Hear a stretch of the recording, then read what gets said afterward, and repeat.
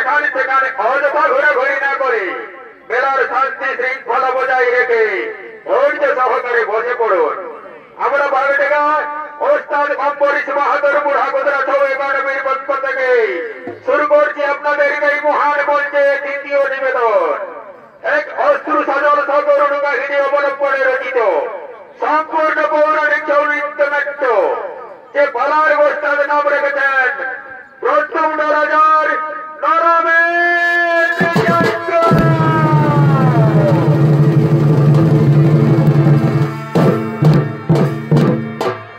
তাই এতক্ষণ রাজা প্রদ্যুম্ন তার মন্ত্রী সেনাপতিদের সঙ্গ নিয়ে তার গুরুদেবের আশ্রমের দিকে করছেন আগমন।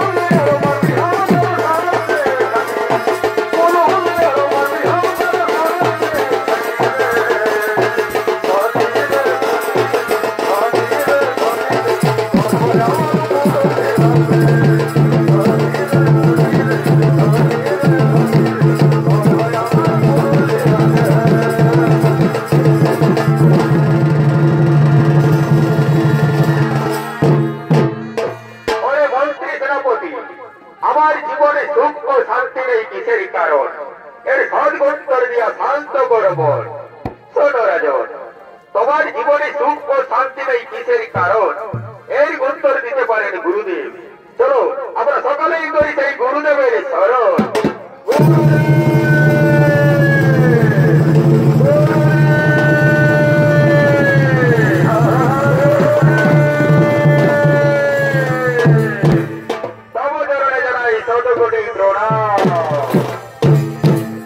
সুখে থাকো শান্তিতে থাকো দীর্ঘজীবী হো বলো রাজন কিসের জন্য আমায় করিয়াছ স্মরণ গুরুদেব আমার জীবনে সুখ ও শান্তি নেই কিসের কারণ এর সদগুত্তর দিয়া শান্ত করব শোনো রাজন তোমার জীবনে সুখ ও শান্তি ফিরে পেতে হলে তোমায় করতে হবে অশ্বমেধ যজ্ঞ গুরুদেব আমি অশ্বমেধ যজ্ঞেরই আয়োজন করব তাহলে এখন তুমি অশ্বমেধ যজ্ঞের আয়োজন করো রাজন আমি এখন আসি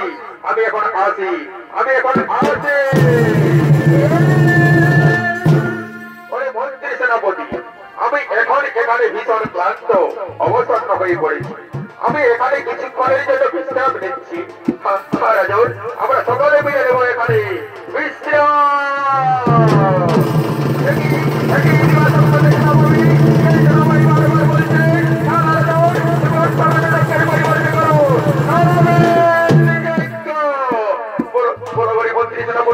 এখন আমি কি করি শোনো রাজন এর জন্য আমাদের পুনরায় করতে হবে সেই গুরুদেবেরই স্মরণ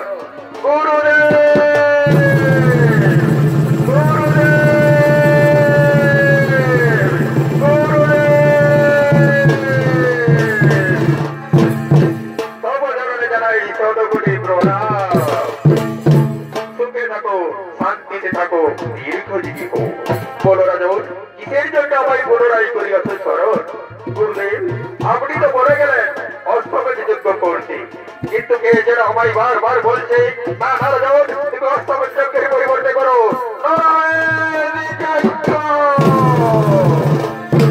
বলুন গুরুদেব এখন আমি কি করি শোনো রাজন এই ধর্মের যজ্ঞ করতে হলে লাগবে একটি 12 বর্ষের ব্রাহ্মণ সন্তান এবং সে যেন হয় কৃষ্ণ ভক্ত ঠিক আছে গুরুদেব আমি 12 বর্ষের ব্রাহ্মণ সন্তানই জোগাড় করবো তাহলে এখন তুমি 12 বর্ষের ব্রাহ্মণ সন্তান জোগাড় করো রাজন আমি এখন আসি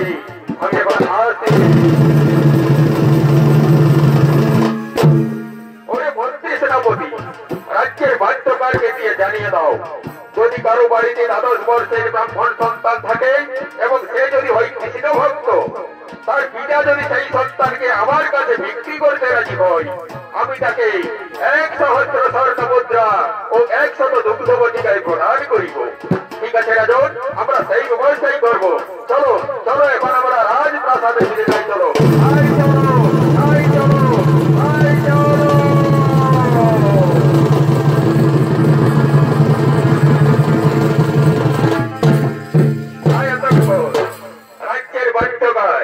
গ্রামে গঞ্জে শহরে নগরে হাটে বাজারে রাজ্যের সর্বত্রই ঢোল পিটিয়ে জানিয়ে দিলেন যদি কারো বাড়িতে 12 বর্ষের ব্রাহ্মণ সন্তান থাকে এবং সে যদি হয় কৃষ্ণ ভক্ত তার পিতা যদি সেই সন্তানকে রাজার কাছে বিক্রি করতে রাজি হয় তাকে রাজা প্রদ্যুম্ন 100 স্বর্ণ মুদ্রা ও 100 দুগ্ধবটিকায় প্রদান করিবে এই সংবাদ শুনিয়া এক দরিদ্র ব্রাহ্মণ পিতা মনের আনন্দে হাসতে হাসতে করছেন আগমন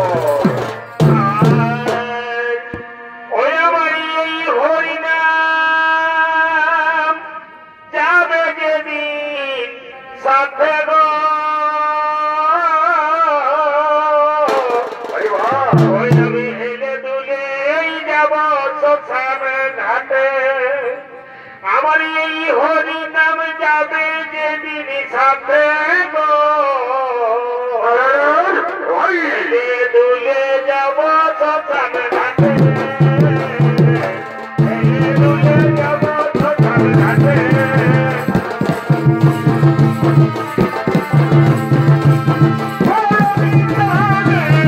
হরি হরি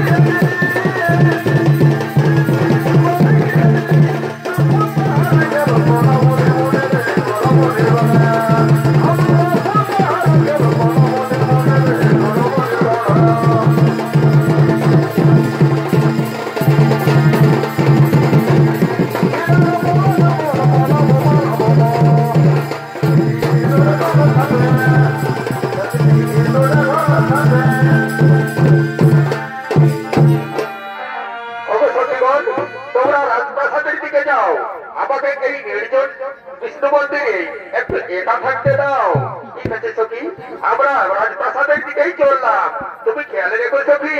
আমরা চললাম, আমরা চললাম, আমরা চললাম।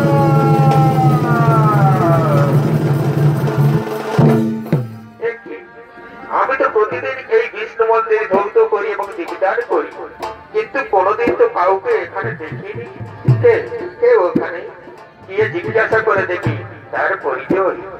কে কে তুমি, কি জন্য এখানে এসেছো?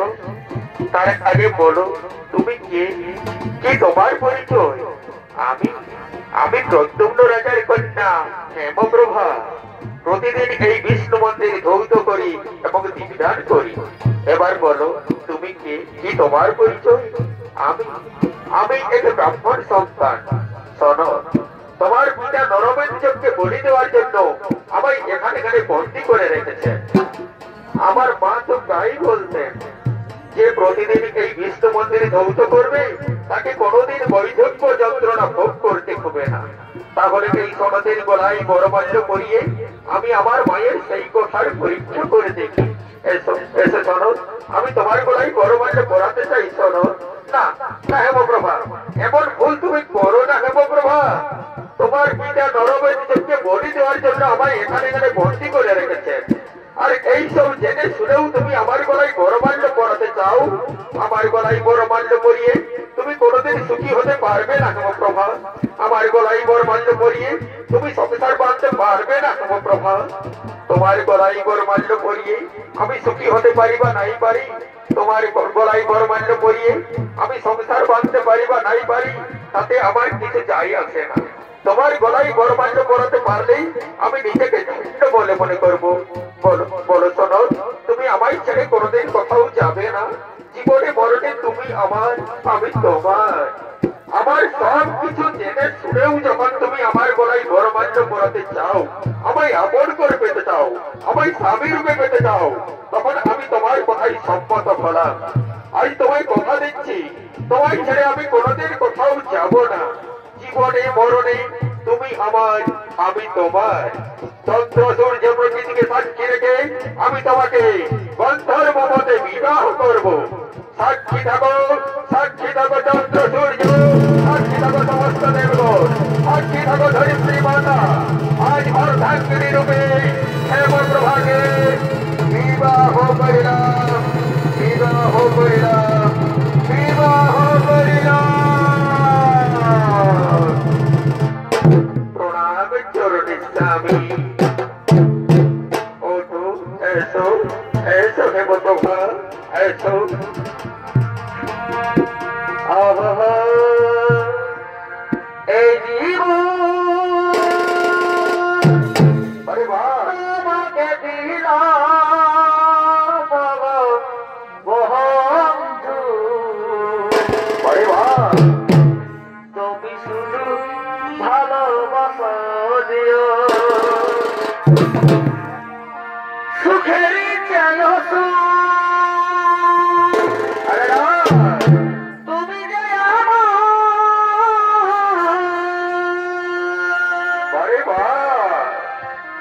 দিও থেকেও তুমি বেশি দিও বন্ধু। তুমি শুধু ভালোবাসা দিও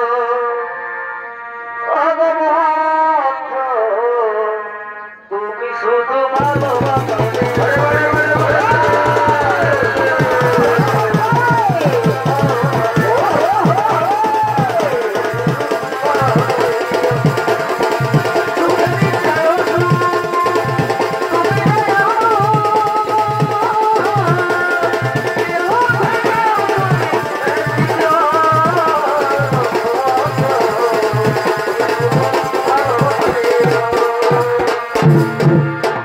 কত ভালোবাসা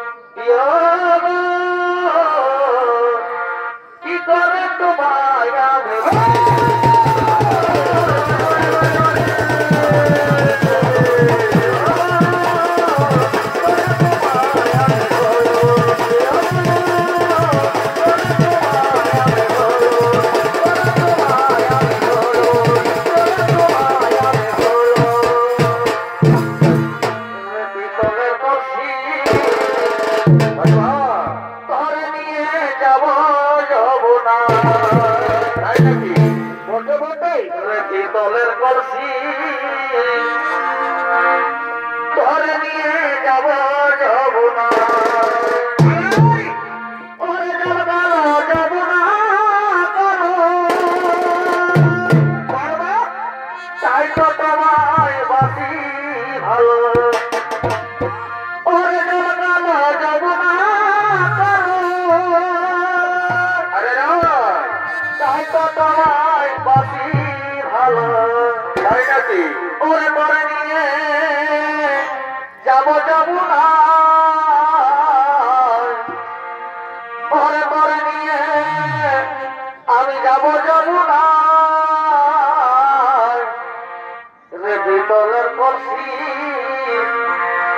ধরে নিয়ে যাব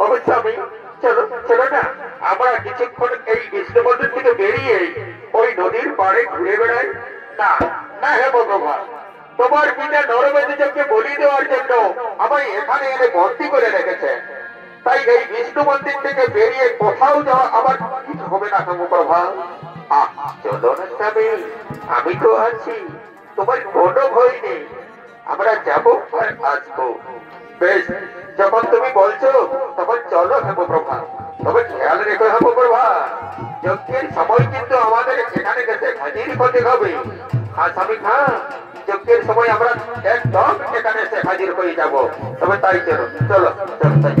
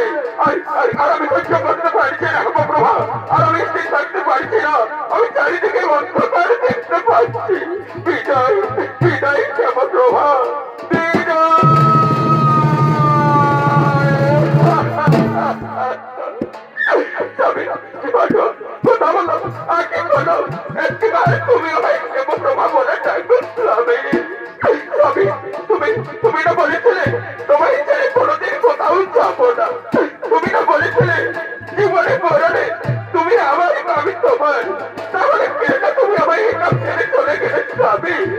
স্বামী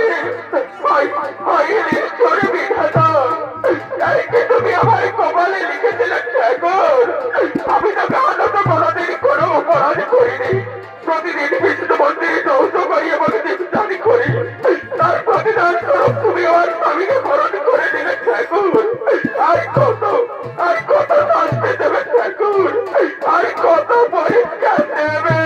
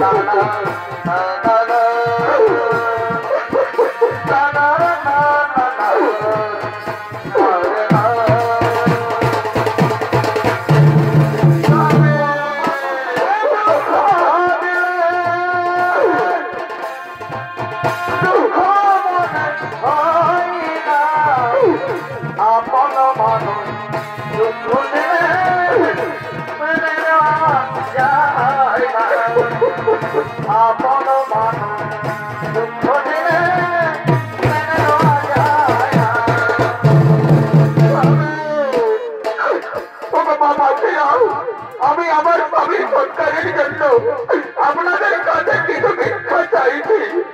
আপনারা দয়া করে আমার স্বামীর সৎকারের জন্য কিছু ভিক্ষা দিয়ে যান। ভিক্ষা দিয়ে যান বাবা সিরা, ভিক্ষা দিয়ে যান বাবু মশাইরা, কিছু পয়সা ভিক্ষা দিয়ে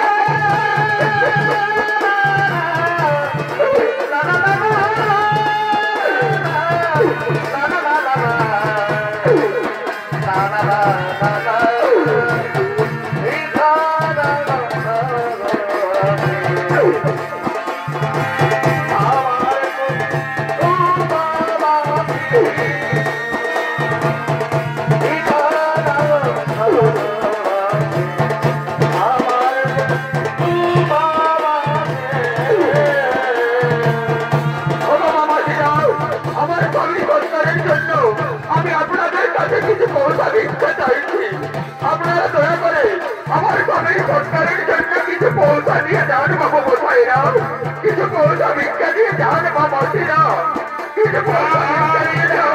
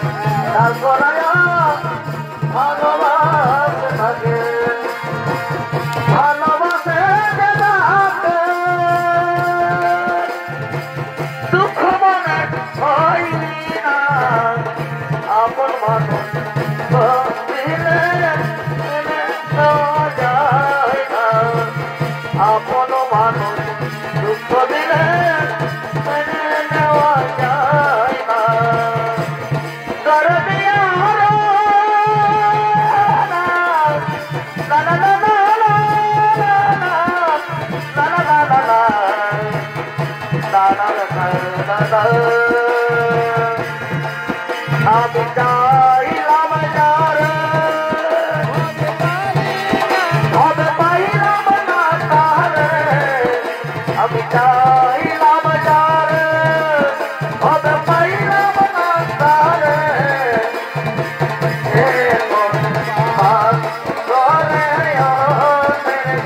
Thank you.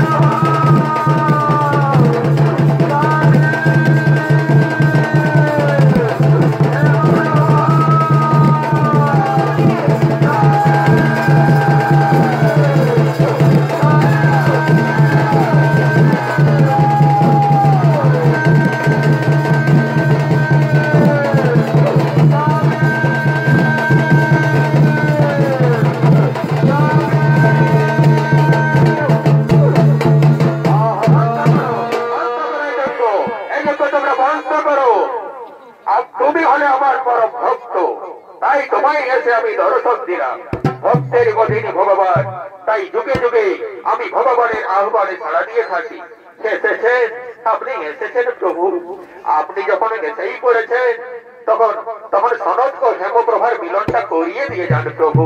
এসো এসো সনদ, এসো হেমপ্রভা, আমি তোমাদের দুটি হাত এক করে দিই। এদিকে সনদের বাবা ও মা সনদকে বিক্রি করে তারা দুজনেই অন্ধ হয়ে সনদকে ঘুরতে ঘুরতে রাজবাড়ির দিকে চলেছেন।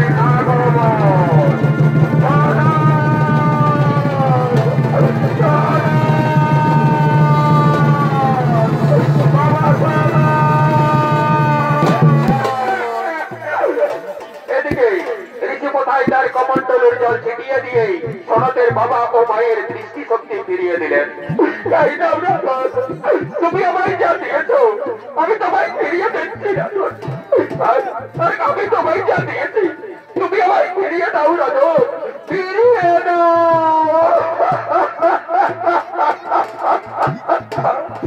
না ব্রাহ্মণ মশাই, আমি তোমার সনদকে শুধু একা ফিরিয়ে দেব না, সেই সঙ্গে আমার কন্যা হেমপ্রভাকেও তোমার পুত্রবধূ রূপে স্বীকার করে নিতে হবে। যাও যাও হেমপ্রভা, তুমি তোমার শ্বশুর ও শাশুড়ি তাকে প্রণাম করো। সুখে থাকো, শান্তিতে থাকো, দীর্ঘজীবী হো। প্রভু, এবার আপনি আপনার বিশ্বরূপ আমাদের সকলকেই দেখিয়ে যান প্রভু। জয় রাধে রাধে, কৃষ্ণ কৃষ্ণ গোবিন্দ গোবিন্দ বল রে। জয় রাধে রাধে, কৃষ্ণ কৃষ্ণ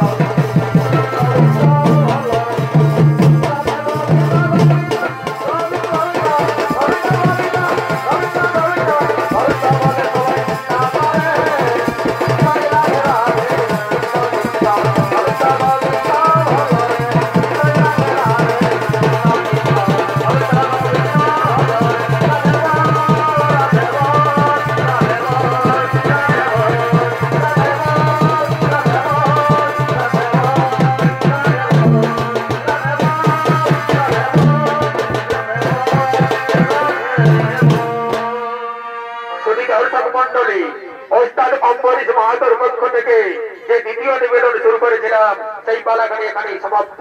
নমস্কার, জোহার, দণ্ডবোধ, জয় শিব শম্ভু।